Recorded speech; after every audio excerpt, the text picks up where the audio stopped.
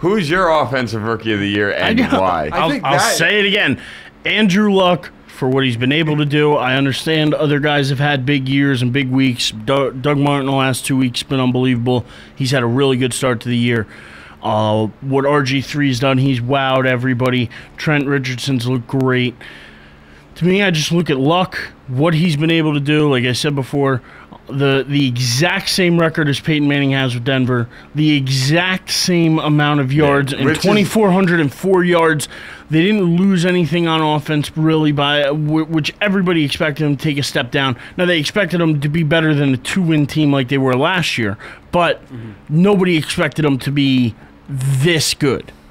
So, and they beat Green Bay along the way. They've beaten some good teams. They are looking better. Do I think they're a playoff team? No, but I love what he's doing. Right now, for me, it's got to be Luck.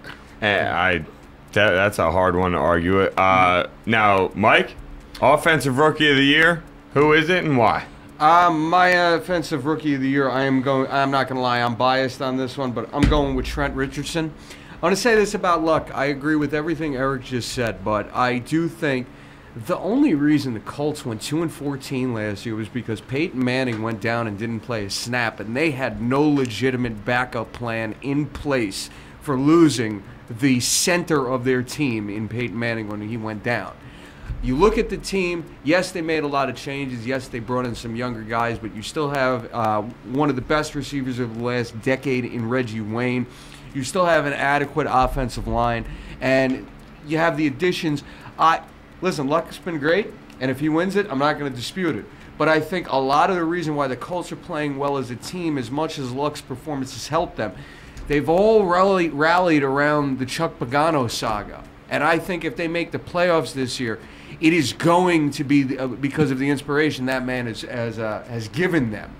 I think that's just changed the face of the team. Whereas they started out looking like a young up-and-coming team, I feel like when he went down, they all took the call that every man in that locker room had to step up, go out, and give out their 110% to live up to what Pagano is going through. And I think it's been more of a team effort than the rest of the team would wind up getting credit for. Trent Richardson is my pick for offensive rookie of the year because the Cleveland Browns offense is Trent Richardson. They go as far as he takes them. When he goes out, they are a different lineup. When he is in the game, they are a competitive, legitimate offense. When he is not in, they could be beaten by a middle school team. They may still wind up having, they're 1-7 right now, if I'm not mistaken. They may wind up being 2-14 this year. Trent Richardson, though, is the shining light on that team. Best part, he's been everything they could have hoped he would have been. Ultimate team player, professional on and off the field. Doug Martin's had the great last 2 weeks, but I think when push comes to shove, Trent Richardson is the best running back in this class, and I think his numbers will be comparable to Andrew Luck and RG3's at the end of the year. So he is my choice. Okay. Now, I like both those choices. To me, offensive rookie of the year, this may be one of the hardest ones that's been picked in a long time. You're talking. I mean, the two guys you guys picked are great options. Let's be serious. RG3, if the Redskins pulled out just one of their last 2 games and we're at 500 right now, would be an even better, one of the other great options. I think statistically wise in what he's doing, he is a great option, but I think what gives Luck the edge over everybody is the 5-3 record after 2-14 last year with a very similar roster. The fact of the matter is, Sorgi, right? That was the it was Sorgi. No, actually, it wasn't. It wasn't Sorgi backed up last year. Olorensky or something. Curtis Painter was in there. Painter was in there for a while. All I know is that they knew this was coming. The guy that played for them was on the roster for more than a year, so he should have known the game plan and known the playbook at least a little bit.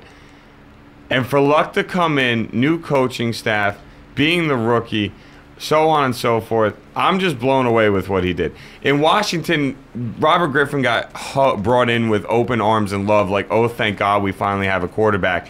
We're in Indianapolis, Andrew Luck goes there, and everybody's like, all right, look, man, we've had Peyton Manning for 10 years, over 10 years. we have high expectations. Now, nobody in Indianapolis sat there and said, we expect you to get us to the playoffs this year.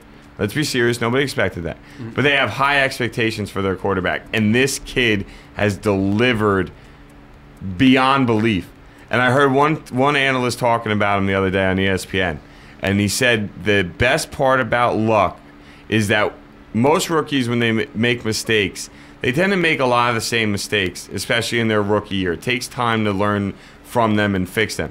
And the one scout that said, I guess this is one of those guys that watches game film. Obviously, I don't have time to watch game film. I'd love to be able to do it, but I don't. But apparently, the one thing about Andrew Luck is that when he makes a mistake, he doesn't make it again. He's a guy that after a game, if he makes mistakes, he goes into the film room, figures out what he did wrong, he goes and learns how to fix it, and then he fixes it. That's a guy who didn't grow up idolizing Tony Romo. No. That's just depressing. Yeah. So I hate to back up Eric 2 times in a row, but I just the Luck having the Colts at 5-3 is what does it for me.